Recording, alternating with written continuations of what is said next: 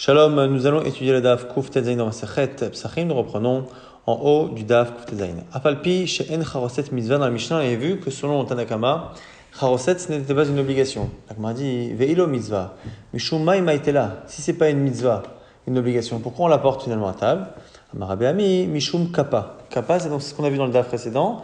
C'est cette amertume, ce goût fort qu'il y a dans la charoset qui peut être gênant ou dangereux, donc c'est pour atténuer ces choses-là avec la douceur de charoset. Amar Ravasi, kappa de chasa chama. Donc kappa, c'est une sorte de poison d'une certaine manière ici, et donc le kappa, le poison de ce qu'il y a dans le chassa justement, c'est chama, c'est justement de manger du tsnon, de manger du radis dans l'année en général, donc du navet ou du radis.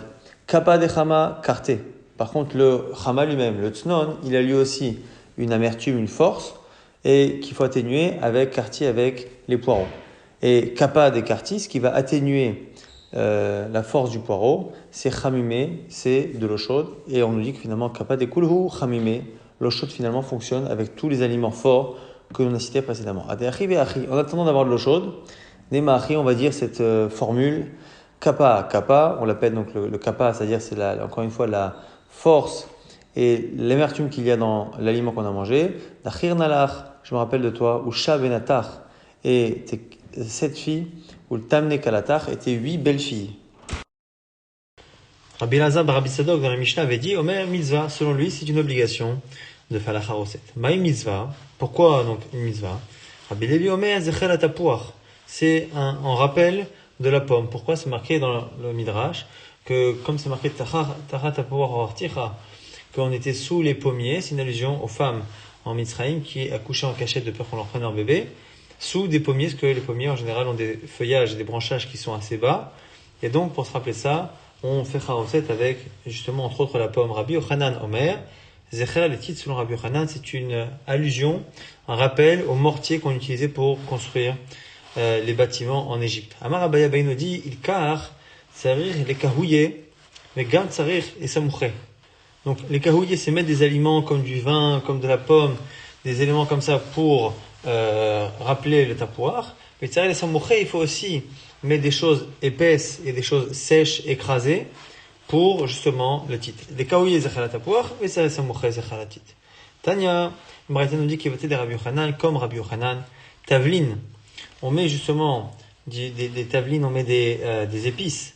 Zécha la teven, pour se rappeler de la paille, avec lequel on fabriquait le mortier pour construire. Charoset, zecher latit, et le charoset, c'est zecher latit. Donc le mortier. Amar Rabbi Elazar bar Rabbi Tzadok, kachayomrim takare charach shiroshim, comme ça disaient les vendeurs à Jérusalem. Bo'u utlu lachem tavlin les mitzvah. Venez justement acheter des tavlines, donc des épices pour la mitzvah de charoset. Noël Mishnah Masgulokos Sheni.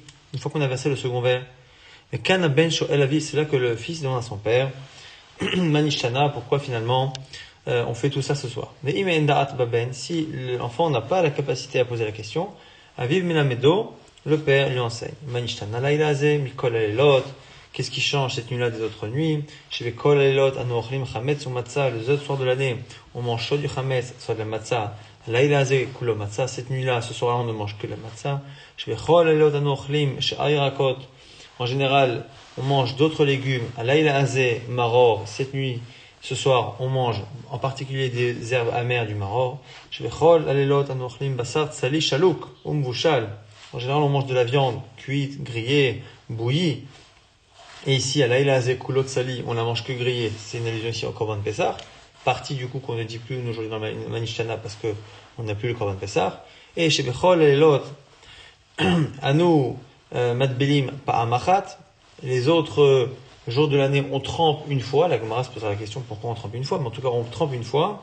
Laïla Azeh Shtepamim. Et ce soir-là, on doit tremper 2 fois. Au Fidato Shelben Avim Lavdo. Et on apprend au fils en fonction de la capacité qu'il a à apprendre. Matril Bignot Usaim Bishwar. On commence par l'histoire la plus désagréable et la plus dégradante pour l'âme Israël, pour terminer par la fin, la sortie d'Égypte, qui est plus belle. On verra dans la Gemara ce qu'est le Gnout. Et Doresh Marami Ovedavi, Ad Shegmor, et que la paracha Kula, et on prend la paracha de Arami Ovedavi. Parashat des Bikurim, le texte que nous lisions lorsqu'on allait apporter les prémices des fruits au Beth Amikdash, et tout ce passage-là, Arami, Oved Avi, Vaïren Mitzrayma, Vaïgosham, Mibteme'ad, Vaïshem, Legoy Gadol, Vechoulé, toute cette paracha, on la commente avec les Midrashim. Là, Agmara nous dit, Tanor Rabbanan, avec une braïta qui nous dit, Chacham beno sho'alo. Si il a un fils Chacham, il pose des questions. Ve'imeno Chacham, ishto sho'alto, et si c'est pas le fils, eh bien ce serait la femme qui posera des questions. Ve'im l'avait sinon, ou sho'el l'asmo lui-même, il pose des questions à lui-même. Afilu shne tamidei Chachamim shod'im bilchot à Pesach. Sho'el lazé, même deux Talmidei Chachamim qui connaissent bien les ilchot de Pesach et l'histoire de Pesach se posent des questions mutuellement. Manishana laïla zmi kol alelot, shve kol alelot anu madbilim par machat, laïla azeh shte pamim. On reprend la partie de la Mishnah qui disait que Manishtana, toute l'année on trempe une fois, et cette fois, deux fois. Matkifla Rava objecte. À tout kol yoma alo sagal belo matbela chadazina. Quoi, le reste de l'année, c'est obligatoire de tremper une fois. On trempe vraiment une fois tout le temps, c'est pas vrai? Et là, Rava corrige. Achik katane, comme ça il faut enseigner. Shvechol alelot en anu chayavim letabel afilu par machat. C'est que le reste de l'année, c'est pas qu'on a l'habitude de tremper, c'est qu'on n'est pas obligé de tremper. On n'a pas d'obligation de tremper. Et ni deux fois, ni même une fois. Allah il a azé, je t'ai pas mis, et cette nuit-là, deux fois. Le seul problème, c'est que ça connote que le soir du Seder, il est obligatoire de tremper deux fois. Or, Asafra n'est pas d'accord. Matkila, Asafra, Chiyuva et Dardeke. Quoi, une obligation pour les enfants. On a vu que la première fois qu'on trempe, le maror de Charoset, effectivement, c'est une mitzvah. Mais le karpas, c'est simplement pour créer l'étonnement des enfants. Donc, c'est que les Dardeke, c'est pour les enfants. Donc, on ne peut pas, dans Manishana, dire que c'est une obligation, alors qu'en réalité, c'est simplement une coutume pour étonner les enfants. Donc, Rassafra corrige différemment. Et la Rassafra, Katane, comme ça, il faut dire. Le reste de l'année, on ne trempe pas même une seule fois. C'est pas qu'on trempe une fois, on ne trempe pas même une seule fois. Alors, je t'ai permis, cette nuit-là, ce soir-là, on trempe en général deux fois. Matril Bignout, Umsem Bishwar, on avait vu dans la Mishnah qu'on commence par l'histoire la plus désagréable pour terminer par la fin de l'histoire qui est la plus belle. Maï Bignout, c'est quoi ce Gnout? Ravama, Mitechila, Oda Vodazaraya, Oda Gilulim, Ayuavotenu. C'est le fait de dire qu'à l'origine nos ancêtres étaient idolâtres. On remonte ici au père d'Abraham, Terach. Shmuel, par contre, lui dit, Avadi Maïno les Pharaons Israël. Il suffit de mentionner l'esclavage. Donc la question c'est, est-ce qu'on remonte au début de l'esclavage ou est-ce qu'on va même encore plus loin aux origines de Abraham? Rav Nachman a dit à son serviteur, Darou,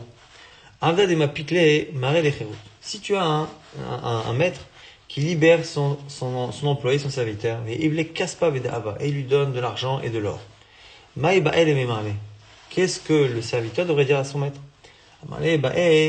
Il devrait le remercier, il devrait dire à tout le monde à quel point son maître est incroyable. Il lui dit, tu sais, Petartan, Miloma Manishtana. Alors, selon certains, il ne faut pas tenir ces mots-là de la Gemara. Il y a des Rishonim qui n'ont pas ces mots-là, mais si on les tient, en tout cas, ça veut dire quoi? Tu nous as dispensé de Manishtana. Patarvama, Avadi Baïnou, ils ont commencé par Avadi Baïnou, en sachant que c'est pas évident, ici, encore une fois, de comprendre que le fait d'avoir dit qu'il faut faire un shvar nous autorise finalement à ne pas poser la question de Manishtana. Nouvelle Mishnah, Rabban Gamliel Ayomer. Rabban Gamliel avait l'habitude de dire Kol Shelomar, tout celui qui ne dit pas. Shachat Varim, ces trois mots suivants.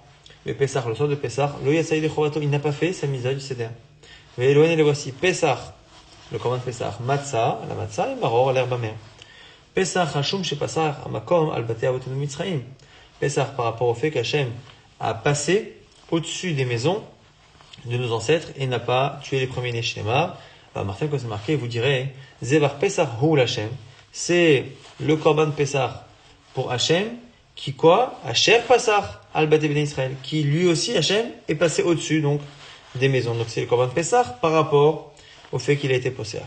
Matzah Hashem Shinigalo Avotenu Mitzraim. Pourquoi Matzah? Parce qu'on a été libéré d'Égypte et on est sorti rapidement. Shnema, quand c'est marqué, Vaïfou Tabatsek.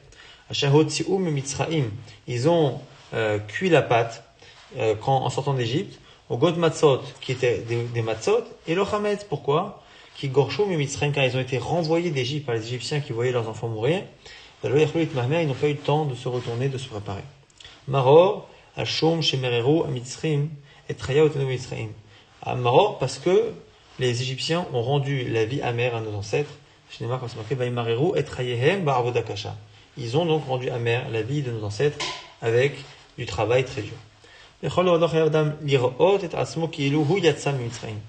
chaque génération, chacun d'entre nous, le soir de Seder, doit se voir comme étant quelqu'un qui est lui-même sorti d'Égypte, pas que ses ancêtres.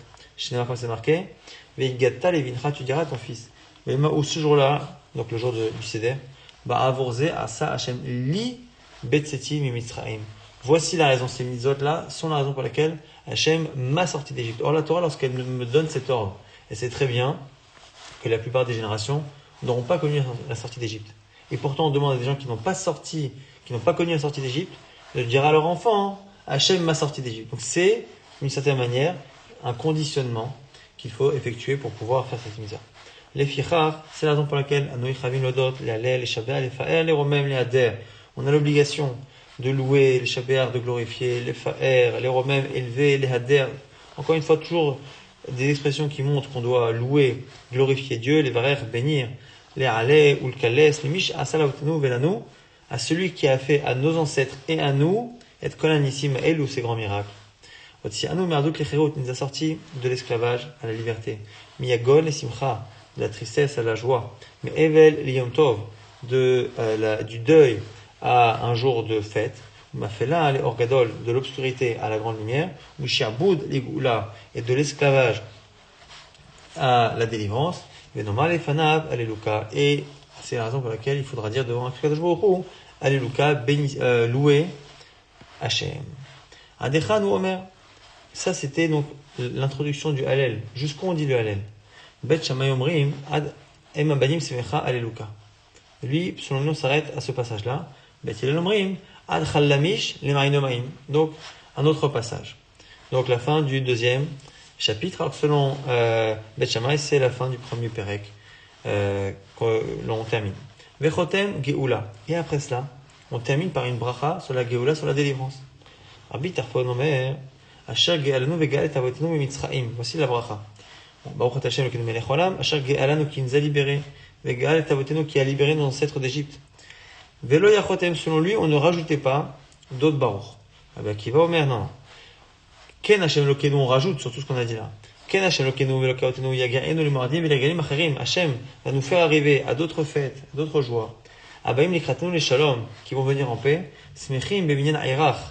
Issasim Ba'avodatach. On sera heureux de la reconstruction de la ville de Jérusalem et du retour du service au Beth Amikdash. Venochal Sham Mina Zevachim ou Mina Pesachim. Et nous mangerons là-bas des sacrifices et des korban Pesach. Et on termine Ad Baruch Ata Hashem Ga'al Israël. On bénit Hashem qui libère le Am Israël. Amar Rava Tsarir Sheyomar Ve'otanu Otsi Misham. Rava confirme cette idée qu'il faut vraiment se sentir comme étant sorti d'Égypte. Et donc, il faut absolument dire le verset qui dit Hachem nous a sortis d'Égypte. Marava, Matzah, Tsarich et Lagbia. On doit lever la matzah pour dire Matzazou. Voici cette matzah, Shanu Ochlim, qu'on mange à Shumma. Maror, pareil, on le soulève, Tsarich et Lagbio, et on dira également Maorze. Bassa, par contre, la viande, En Tsarich et Lagbia, on n'a pas besoin de la lever, et parce que on ne doit pas le montrer, et encore pire, c'est pas bien même. Ça donne l'impression qu'on le désigne comme étant la viande maintenant, le Korban Pessah, et ça lui rend un statut de Kodesh, et après c'est un vrai problème. Et donc du coup, il ne faut pas lever et montrer la viande qui rappelle le Korban Pessah. Ravacha Bar Yaakov. Selon Ravacha Bar Yaakov, un aveugle est dispensé de la misa de Haggadah. Pourquoi? Tivacha Ba'avorze ou Ktivata Benenouze. C'est marqué ici, Ba'avorze, c'est pour ça, en montrant la matzah maror, qu'on est sorti d'Égypte. Pour faire ces misotes-là.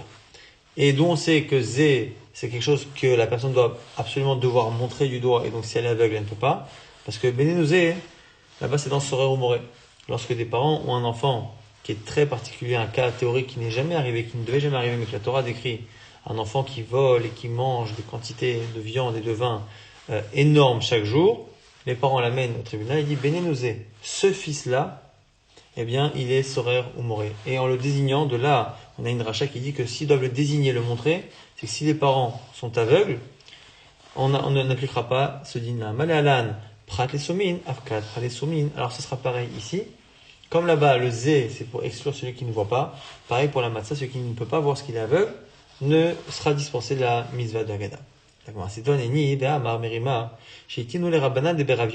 demandé aux élèves de Rav Yosef, qui étaient aveugles. Manama Agata Rav Yosef. Chez Rav Yosef, qui lisait la Agada? Ils ont dit c'est Rav Yosef qui lit pour tout le monde. Or, on ne peut pas quitter les autres d'une mitzvah que nous, on n'a pas l'obligation de faire. Man Amar Agata Rav Sheshet, on leur a demandé, chez Rav Sheshet, qui fait? Il a dit, mais c'est Rav Sheshet lui-même, c'est lui le chef de famille, c'est lui qui fait. Donc la Gemara dit, Kassava Rabanan, Matsa Bismanase de Rabanan.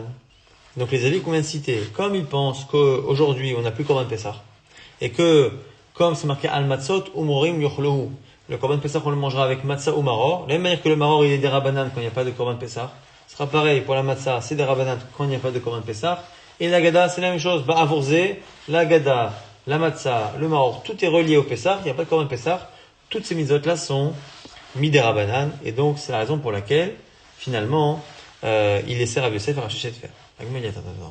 Miklal de Ravacha Bayakov Sava, Matzah Bismanase. Doraita est en train de m'expliquer, toi, que celui qui dit qu'un aveugle ne peut pas faire, il pense que c'est Doraita. Celui qui dit qu'un aveugle peut faire, il pense que c'est des Rabanan. Ravacha Bayakov, qui interdit à l'aveugle de faire, qui a dit qu'il était pas tout, il pense que c'est Doraita, mais c'est faux. Mais Ravacha Bayakov, Houd et Amar, c'est lui-même qui dit Matzah Bismanase est des Rabanan. Qu'aujourd'hui, la Matzah, c'est des Rabanan. Donc c'est une fausse interprétation. Il m'a dit oui, mais Kassavar Kotakun des Rabanan, qu'en Doraita Takun. Non, en fait, je vais t'expliquer. Effectivement, lui aussi pense que c'est des Rabanan. Ici, tout le monde pense que Matzah, Maror et Agada, c'est des Rabanan. Simplement, est-ce que lui pense que quand les Chachamim ont fait la mitzvah et qu'ils ont reproduit la mitzvah qui a disparu au niveau de la Torah, ils ont reproduit la mitzvah comme celle de la Torah. Celle de la Torah, c'est marqué Avourze. Avourze, donc ça exclut quoi? Ça exclut l'aveugle. Quand les Chachamim créer cette mitzvah des Rabanan après la destruction du temple, il dispense également l'aveugle. Maintenant, la Gemara dit et Rav Sheshet alors. Rav Sheshet et Rav Yosef Nami. Avadai kol takun Rabanan. Ken doraita takun. Eux aussi devraient être d'accord que même si c'est des Rabanan, ça devrait pas être suffisant, parce que même si c'est des Rabanan, ça devrait être comme la Torah. Si la Torah dispense l'aveugle, quand les Chachamim recréent la mitzvah, ils devraient aussi dispenser l'aveugle. La Gemara dit non. Achi ashta bishlamatam midavele le mertav. Benenuhu. Non, c'est spécial en fait. Pourquoi est-ce que eux ne sont pas d'accord avec la dracha? Ils disent le zé qu'il y a marqué dans Ben Sorer ou Moré, là-bas il y a une dracha, parce qu'on aurait dû dire Benenuhu, c'est notre fils et il est Sorer ou Moré. Donc là-bas, comme le mot zé n'est pas à sa place, Okti Benenuzé, Shmamina Pratesumin. Là-bas, je comprends que les sages excluent l'aveugle parce que zé ça montre qu'on le montre du doigt et donc on doit pouvoir le voir. Avalacha, mais chez nous dans la Gada. Il a Ba'avorze, Maïnirtov. Qu'est-ce que tu voulais écrire d'autre que Ba'avorze? Et là, Ba'avor Matzah, Maror, ou De'ata. C'est simplement pour nous dire que la mitzvah de Haggadah, la sortie d'Égypte, elle a été faite pour ces mitzvot que sont Matzah ou Maror. Donc finalement, la marloquette, elle n'est pas ce que c'est des Rabbanan d'Oraïta. Ici, tous les Amorim qu'on a cités pensent que ces mitzvot-là du soir sont toutes des Rabbanan. Nous, on a vu, dans le début du DAF et dans le DAF d'hier, que finalement, selon certains, il n'y a que le Maror des Rabbanan, que la Matzah, elle est d'Oraïta, la Haggadah, elle est aussi d'Oraïta. Donc il y a une marloquette, mais quoi qu'il arrive, finalement, ça n'a rien à voir. Marloquette, est-ce que c'est des Rabbanan d'Oraïta? On la retrouve un peu partout. Mais maintenant, de Rabbanan ou de Oraïta, la question elle est, est-ce que la dracha qu'on fait dans Ben Sorer Moré, que Zé, ça exclut l'aveugle, est-ce que ça a du sens de la transposer chez nous ou pas? Selon Rabacha, oui, selon les autres, non.